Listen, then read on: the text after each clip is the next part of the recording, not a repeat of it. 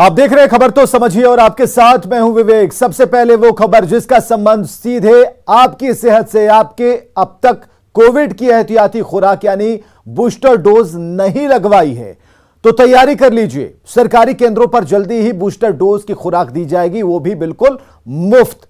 15 जुलाई से 18 साल से 59 साल की उम्र का कोई भी व्यक्ति सरकारी केंद्रों पर बूस्टर डोज ले पाएगा। रिपोर्ट देखिए। बूस्टर डोज पर सरकार का बड़ा ऐलान।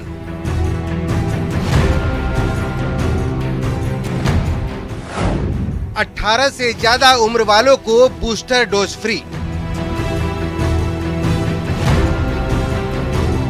देश में 18 से 59 साल के आयु वर्ग के लोग सरकारी टीकाकरण केंद्रों पर कोविड टीके की एहतियाती या तीसरी खुराक लगवा सकेंगे। 75 दिन के एक विशेष अभियान के तहत ऐसा किया जाएगा, जिसकी शुरुआत 15 जुलाई से होगी।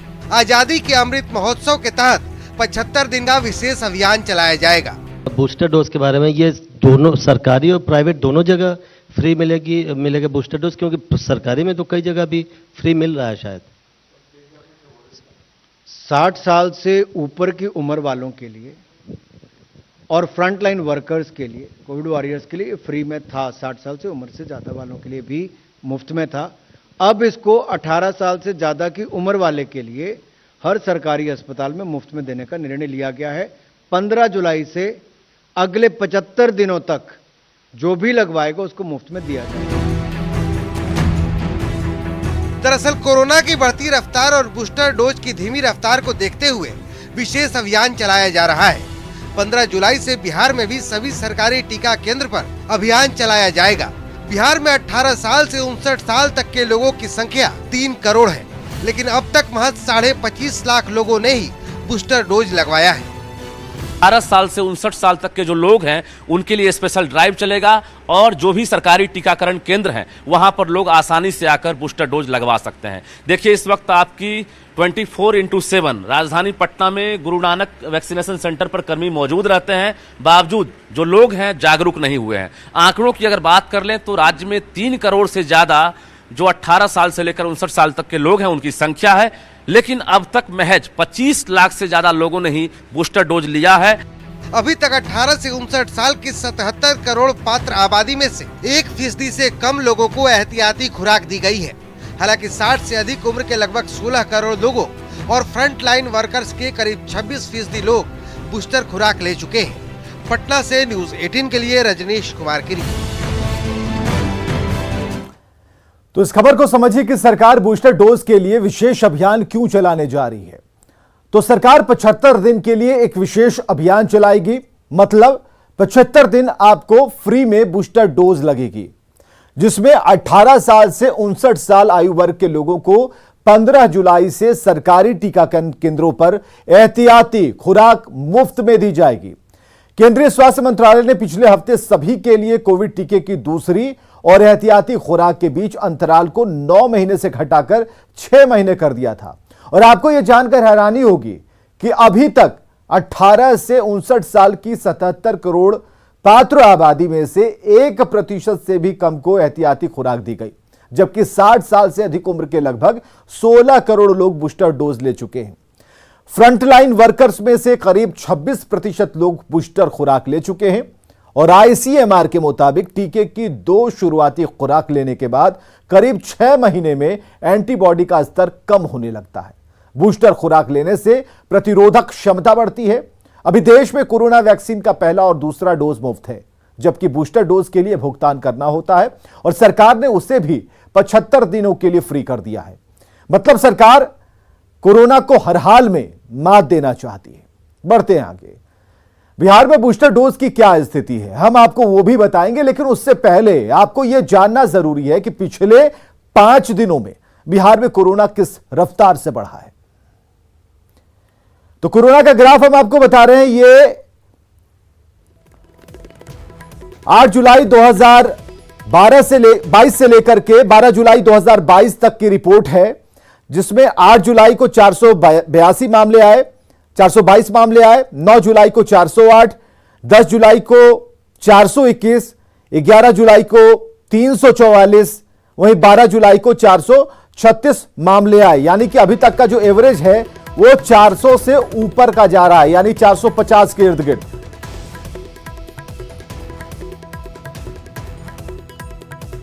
खबर समझिए कि बिहार में 18 साल से 59 साल तक के लोगों की जो कुल संख्या है वो है 3 करोड़, लेकिन अब तक महज 25.5 लाख लोगों ने बूस्टर डोज लगवाया है। मतलब साफ है कि लोगों में जागरूकता की कमी है। टेलीविजन हो, अखबार हो, और सभी में कोरोना के खिलाफ जागरूकता अभियान चलाया जाता है। जहां तक सवाल है कि इंटरनेट का, तो 2020 में बिहार में प्रत्येक 100 में से केवल 31 लोगों के पास इंटरनेट कनेक्शन था, जबकि 100 में से 50 लोगों के पास मोबाइल कनेक्शन था। बावजूद इसके लोग अपनी सेहत को लेकर लापरवाह हैं। कोरोना से लड़ाई है, आपको यह समझना होगा, आपको सजग होकर अपनी सेहत का ख्याल रखना होगा। कोविड प्रोटोकॉल का पालन करना बेहद जरूरी है। चलिए बात करते हैं मिस्टर बैलेट बॉक्स की। अगर आप प्लेन में यात्रा कर रहे हो और पता चले कि आगे वाली सीट पर मिस्टर बैलेट बॉक्स बैठे हैं, तो शायद आप हैरान रह जाएंगे। यह नया मुसाफिर कौन है, आपको पूरी कहानी समझाते हैं। मिस्टर बैलेट बॉक्स पटना पहुंच चुके हैं और हैरान बिल्कुल मत होइए, यह वही बॉक्स है जिसका इस्तेमाल राष्ट्रपति चुनाव के लिए होना है। यात्रियों की तरह मिस्टर बैलेट बॉक्स के नाम से टिकट बुक कराकर इन्हें प्लेन से दिल्ली से राज्यों की राजधानियों के लिए भेजा गया। यह कोई सामान्य बॉक्स नहीं है। दुनिया के सबसे बड़े लोकतंत्र के सबसे बड़े पद को संभालने वाले शख्स की किस्मत का फैसला इसी में बंद होगा। मतपेटियों के लिए मिस्टर बैलेट बॉक्स के नाम से अलग से टिकट बुक की जाती है और यह बॉक्स बैलेट पेपर, मतों को चिन्हित करने के लिए स्पेशल पेन जैसी चुनाव सामग्री ले जाने वाले अधिकारी की सीट के बगल में रहता है। सीट भी पीछे या फिर बीच में नहीं, बल्कि आगे की पंक्ति में दी जाती है। पटना में भी विमान के जरिए मिस्टर बैलेट बॉक्स पहुंचे। बिहार के उप मुख्य निर्वाचन पदाधिकारी अशोक प्रियदर्शी इसे लेकर दिल्ली से पटना पहुंचे और इस दौरान पटना एयरपोर्ट पर सुरक्षा के सख्त इंतजाम थे। 18 जुलाई को देश के 16वें राष्ट्रपति चुनाव के लिए वोटिंग होगी, जिसमें विधायक और सांसद वोटिंग करेंगे। मतदान में इसी बैलेट बॉक्स का इस्तेमाल होगा।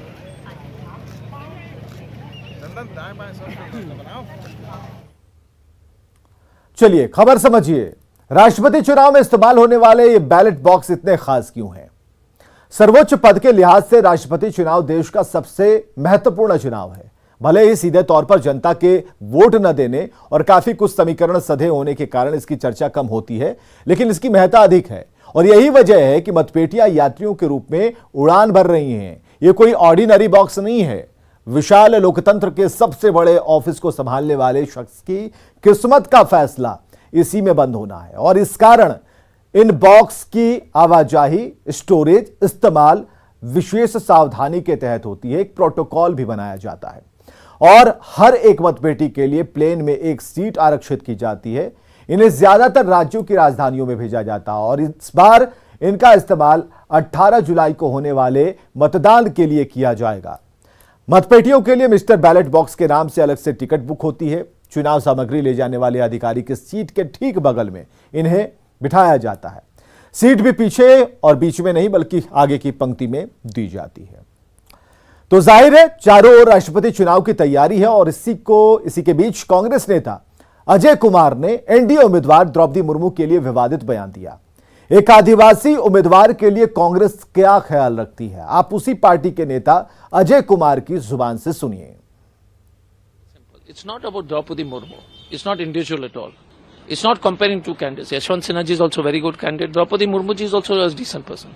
But she represents a very evil philosophy of India. So we should not mistake Draupadi, we should not make Draupadi Murmu ji as a symbol of Adivasi. You had Mr. Kovind, the present president. You tell me Mr. Kovind was the president and Hathras has happened. Has he said a word? Continuous atrocities on scheduled castes is happening all over India. The condition of scheduled castes has become worse. So, creating symbols and then, fooling the people of India is what the Modi government is about. So, this is a fight for the soul of the nation, and all like-minded parties should vote for Mr. Yashwant Sinha. Bihar में लाल आतंक पर लगातार प्रहार जारी है। गया औरंगाबाद के जिन जंगलों में नक्सलियों का जमावड़ा रहता है, वहां लगातार सर्च ऑपरेशन जारी है। सुरक्षा बलों के अभियान में AK-47 से लेकर आईईडी और मैगजीन से लेकर कारतूस तक बरामद हुए।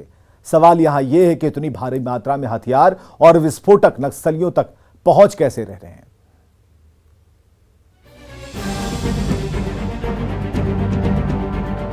औरंगाबाद के छकरबंदा जंगलों से बरामद तबाही का ये जखीरा बता रहा है कि साजिश कितनी खतरनाक थी, लेकिन जवानों ने नापाक मंसूबों पर पानी फेर दिया। तबाही के इस जखीरे में 345 पीस केन बम,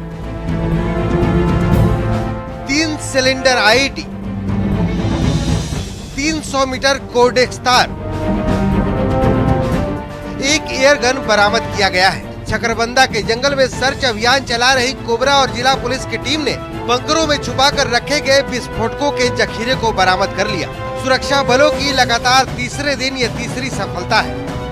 इधर गया औरंगाबाद के सीमावर्ती जंगल और पहाड़ी क्षेत्रों में AK-47 हथियार की बरामदगी हुई है। भारी संख्या में AK-47 के कारतूस भी मिले हैं, जैसा कि आपको तस्वीरों में दिख भी रहा है।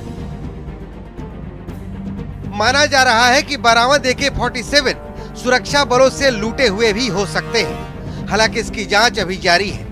के हरदिया पहाड़ी क्षेत्र जो लुहुआ थाना अंतर्गत पड़ता है, वहाँ पे कुछ नक्सल हलचल का नक्सल गतिविधि का कुछ सूचना मिला था, जिसके चलते वहाँ पे एक ऑपरेशन शुरू किया गया, जिसमें एक AK-47 राइफल बरामद हुआ है। उस सर्च ऑपरेशन में 2 मैगजीन बरामद हुए हैं और AK-47 के 250 लाइव राउंड्स और एक मैगजीन पाउच जो दिख रहा है आपको सामने, वो बरामद हुआ है। जाहिर है गया औरंगाबाद के जंगलों में 2 दिन पहले भारी संख्या में आईईडी बम बरामद किए गए थे, जिसे डिफ्यूज कर दिया गया था। तमाम हथियार गया और औरंगाबाद के सीमा वाले जंगल पहाड़ के इलाके से मिल रहे हैं। मतलब साफ है, नक्सली पहाड़ और जंगल को अपना पनाहगाह बना रहे हैं। सवाल है कि नक्सलियों को आईईडी कहां से आपूर्ति हो रही है? नक्सलियों के पास इतनी मात्रा में विस्फोटक कहां से पहुंच रहे हैं? औरंगाबाद से संजय सिन्हा, गया से एलन लीली और दिल्ली से शंकर आनंद की रिपोर्ट। अब सवाल है कि नक्सली पहाड़ और जंगल को अपना ठिकाना बना रहे हैं। सवाल है कि नक्सलियों को आईईडी कहां से आपूर्ति हो रही है? नक्सलियों के पास इतनी मात्रा में विस्फोटक कहां से पहुंच रहे हैं? नक्सलियों का नेटवर्क अंतर्राज्यीय या फिर अंतर्राष्ट्रीय हो चुका है? तबाही के इतने सामान रखने के पीछे क्या कोई बड़ा प्लान काम कर रहा है? नक्सलियों को मदद कौन कर रहा है? इनका नेटवर्क कहां तक पहुंचा है? कटिहार से अगली खबर है, जहां कटिहार में एक खबर ने जो भी इस खबर को जिसने भी सुना वो कांप गया। जिन घरों में महिलाएं अकेले रहती हैं वो तो इस खबर से हिल ही गईं, क्योंकि एक छोटी सी बेटी के साथ घर में अकेली रह रही महिला के साथ एक शख्स ने हैवानियत की हदें पार कर दी। मोहम्मद शमीम नाम के उस हैवान ने महिला से रेप की कोशिश की। नाकाम रहने पर महिला की दोनों आंखें फोड़ डाली। मोहम्मद शमीम की हैवानियत से कांपा कटिहार। रेप के इरादे से महिला को घर से उठाया। रेप नहीं कर सका तो महिला की आंखें फोड़ दी। अस्पताल के बिस्तर पर पड़ी इस महिला के साथ जो हुआ, उसका सच जानकर आपकी आत्मा कांप उठेगी। मामला कटिहार के अहमदाबाद इलाके के डकरा इंग्लिश गांव का है, जहां रेखा देवी नाम की महिला बांध किनारे झोपड़ी में अपनी बेटी के साथ रहती है।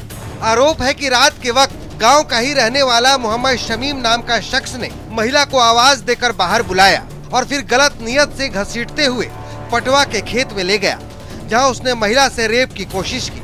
महिला चिल्लाने लगी तो उसके मुंह में पटुआ की पत्तियां ठूस दी और तमाम कोशिशों के बाद भी जब रेप में नाकाम रहा तो पटुआ की संडी यानी लकड़ी घोंपकर महिला की दोनों आंखें फोड़ डाली और फरार हो गया। ये जानकर आपका कलेजा और दहल उठेगा कि महिला की मासूम बेटी ने उस हैवान की सारी करतूत को अपनी आंखों से देखा है। पटवा में ले जाके मैंने घर में सुतल रही जना तो बैन पर से नहीं करते तब बस ना पटवा से पूरा थी बहान दिल बहान के बस पटवा के थी पत्ता तुर के मुंह में ठूस दिल ठूस के माई करते ना तब बस हल्ला कर दिली बस बहान के भाग गई एकदम भाग गई। अब कैसे पूरा इथी से पटवा के संठी से मोटका संठी से कर दिला। रात में ही लोग महिला को लेकर प्राथमिक स्वास्थ्य केंद्र गए, जहां उसे डॉक्टरों ने देखने के बाद क्या कहा ये सुनिए। महिला आई, उसका जो है दोनों हाथ जो है, दोनों आँख से सूजन था, लाली था और ब्लीडिंग हो रहा था। लग रहा है कि उसका आई बाल डैमेज हो गया है। महिला को फिलहाल कटिहार मेडिकल कॉलेज में भर्ती कराया गया है। उधर मेडिकल रिपोर्ट का इंतजार कर रही पुलिस ने आरोपी दरिंदे शमीम को गिरफ्तार कर लिया है, जो इस तस्वीर में काले कपड़े से अपना मुंह छिपाए खड़ा है। जो मुख्य आरोपी है वो उसको हम लोगों ने गिरफ्तार कर लिया है। जो बात सामने आ रही है कि रात्रि में जो है ऐसा प्रथम दृष्टया अनुसंधान में ऐसा लग रहा है कि गलत नियत से जो है महिला को रात्रि में जो है वो बाहर बुलाता है।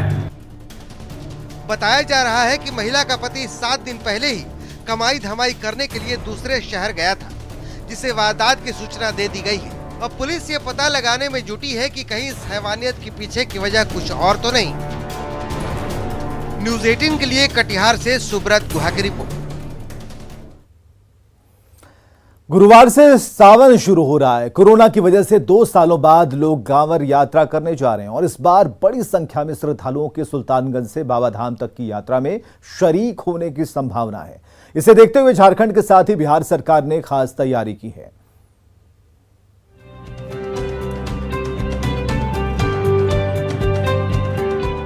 श्रावणी मेले को लेकर बाजार सज चुके हैं।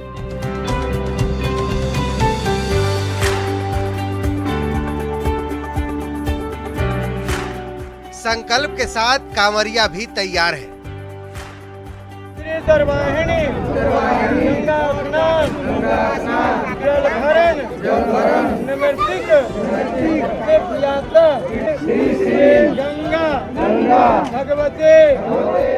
दो सालों के बाद इस बार बिहार समेत पूरा देश बोल बम बोलने को बेताब है।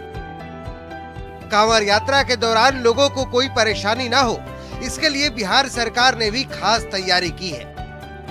पर्यटन विभाग की ओर से एक ऐसा ऐप लॉन्च किया गया है जो कांवरियों की यात्रा को सुगम बनाएगा। सरकार और टूरिज्म विभाग की तरफ से कांवरियों को कोई परेशानी ना हो, इसके लिए एक ऐप भी लॉन्च किया गया है। ये ऐप कांवरियों के लिए मददगार साबित होगा। इस ऐप को आप प्ले स्टोर से डाउनलोड कर सकते हैं और डाउनलोड करने के बाद इस ऐप के माध्यम से आप तमाम जानकारी हासिल कर सकते हैं। इस ऐप का नाम है कांवर यात्रा 2022। जैसे ही आप इस ऐप को इंस्टॉल करते हैं, कुछ इसकी शक्ल इस ऐप की ऐसी आएगी जो आपको तमाम सुविधाएं उपलब्ध कराएगी।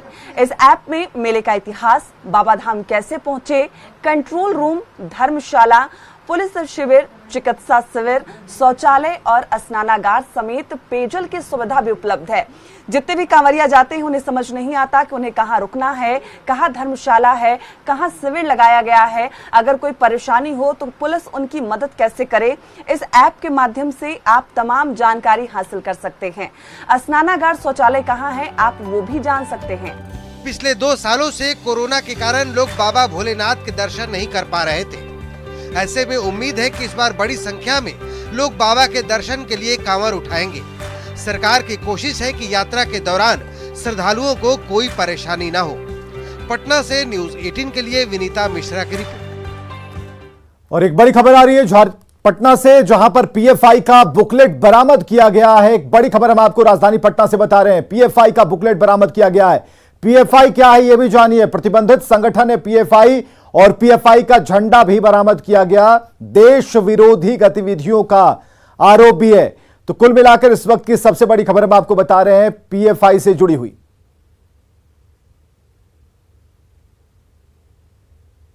और खबरें लगातार जारी हैं, आप बने रहें हमारे साथ।